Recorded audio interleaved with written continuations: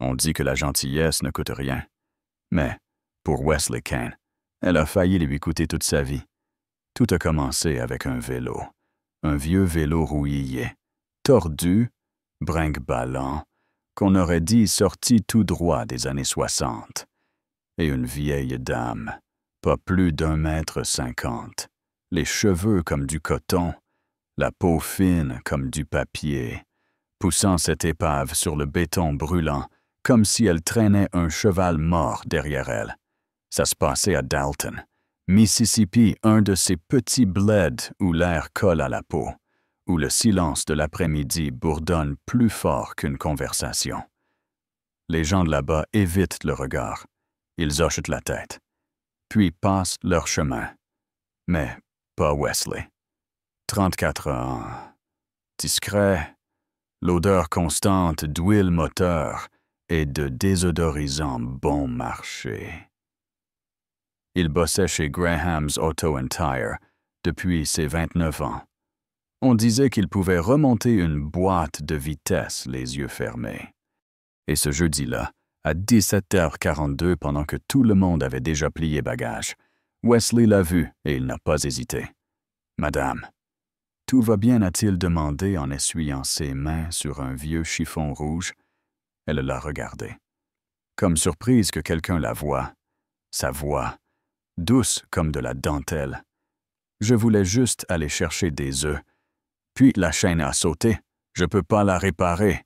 Et j'ai pas d'argent. » Wesley a souri. « J'ai pas demandé d'argent. » Il a poussé le vélo dans l'atelier. Lui a trouvé une chaise à l'ombre, une bouteille d'eau bien fraîche, et il s'est mis au boulot. L'atelier était déjà plongé dans la pénombre. Les collègues partis. Le patron, le vieux Terry Graham. Le nez rouge, toujours pressé mais jamais efficace, était parti depuis une bonne heure. Et franchement, tant mieux. Le vélo. Une horreur. Pneus craquelés, freins foutus, chaîne pendante comme un collier cassé. Mais Wesley n'a pas râlé. Il a juste bossé. Il a nettoyé les engrenages, remplacé ce qu'il pouvait avec des pièces de récup, et même ajouté une petite sonnette en prime, juste parce qu'il en avait envie. Quand il a sorti le vélo, la vieille dame a souri comme un enfant à Noël. « Vous n'étiez pas obligé de faire tout ça, » murmura-t-elle. « Je sais, » répondit-il, « mais j'en avais envie. » Elle lui a touché le bras doucement, avec chaleur, et a demandé « Comment vous vous appelez, Wesley Kane, madame? » « Eh bien, Wesley Kane, vous venez de me changer toute ma semaine. » Elle est repartie doucement, prudemment, et à chaque coup de pédale. La sonnette faisait ding, comme un merci suspendu dans l'air. Il n'a jamais demandé son nom. Il ne l'a jamais su, et le lendemain matin, on l'a viré. Ouais, c'est arrivé. Terry l'attendait à l'atelier, bras croisés, café froid. « T'as 1 minute. » Sans détour, pas de bonjour, pas de sourire. « J'ai entendu dire que t'es resté tard hier soir, » lança-t-il, « et que t'as utilisé des pièces de l'entreprise pour réparer le vélo d'une vieille. » Wesley hocha la tête. L'atelier était fermé. J'ai pris des pièces qu'on allait jeter. Elles pouvaient à peine marcher. Mec, c'est pas une foutue œuvre de charité ici. Tu crois qu'on donne tout gratos comme à l'église.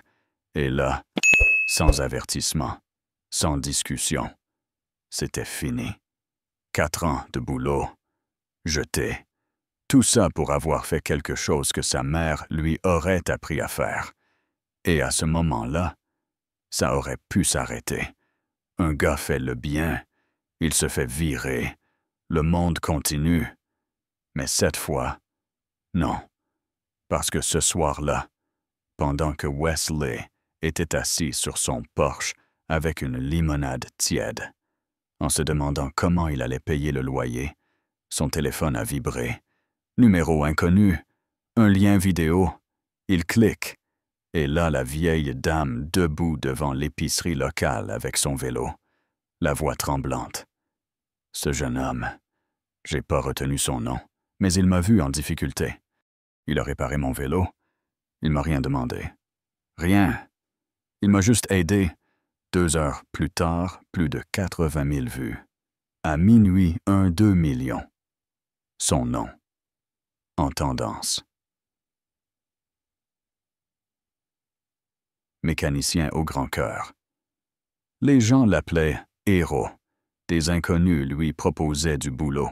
Les églises envoyaient des dons. Même la mairie l'a contacté. Mais le twist, c'est qui elle était. La voisine de Wesley, Madame Clara Bell, a failli lâcher sa Bible. C'est la mère de Dorothy Callahan, murmura-t-elle, comme si elle parlait d'un secret d'État. Tu sais pas qui c'est. Wesley secoua la tête. Seigneur, Dorothy Callahan possède la moitié du comté. Clinique, camions, école, son nom est partout. Wesley cligna des yeux. J'ai réparé le vélo de la grand-mère de la femme qui peut acheter jusqu'au préfet. Chérie. Et là, sont arrivés les SUV noirs.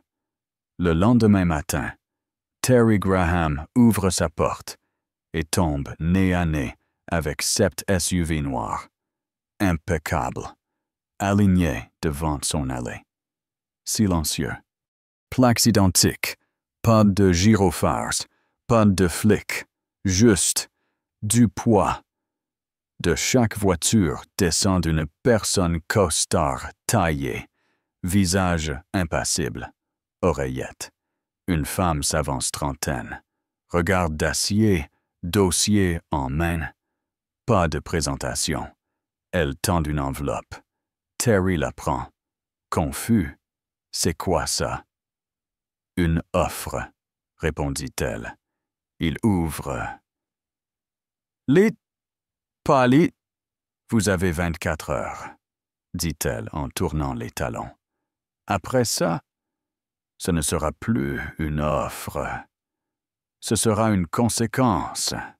Les SUV repartent. En silence. Coordination parfaite. Et Terry. Le lendemain, on le voit vider son bureau et parler de congé personnel. Mais bien sûr, et Wesley, lui, il entamait le début de sa vraie vie. Ce soir-là, une voiture grise s'arrête devant chez lui. Un autre courrier, plus épais. Une note manuscrite Wesley. Je ne crois pas aux aumônes, mais je crois en ceux qui comprennent la valeur de la bonté. Si tu veux changer plus de vie, appelle ce numéro. Demande Colleen. D'ici, il a attendu toute une journée, puis il a appelé, et il a franchi une nouvelle porte. Pas un boulot, une mission. Une semaine plus tard, dans un ancien magasin retapé, ils ont inauguré un projet inédit, le Centre Quin pour les métiers et le mentorat. Des outils neufs, des moteurs, des pneus, des jeunes venus de partout, les yeux remplis de doutes, ressortant avec les mains sales et la tête haute. Wesley, devant eux, lève une clé plate. Vous savez ce que c'est. Une clé. Non, c'est une clé de liberté. Apprenez à l'utiliser, et vous n'aurez plus jamais besoin de supplier pour une chance. Ils se penchent, ils écoutent, il les a captés. Et le moment le plus fort. Cette vieille dame, en gilet et collier de perles, descendant d'une voiture, avec le vélo dans les mains. Il roule toujours comme du beurre, dit-elle avec un sourire. Wesley rit, la gorge serrée, et derrière elle, Dorothy Callahan, bras croisés, silencieuse, observant les jeunes rire, apprendre, visser, Elle n'a rien dit, elle n'en avait pas besoin, parce que parfois, le message le plus puissant, c'est le silence, et ce que tu fais quand personne ne regarde. C'est peut-être ce qui changera ta vie à jamais. Alors dis-moi, et toi, qu'aurais-tu fait? Aurais-tu aidé cette dame? Aurais-tu risqué ton travail pour une inconnue? Dis-le-moi dans les commentaires. Je veux connaître ton avis sur la justice, la bonté et les secondes chances. Et surtout, abonne-toi parce que l'histoire de demain, elle commence avec un caddie et finit avec un clash dans la salle d'audience.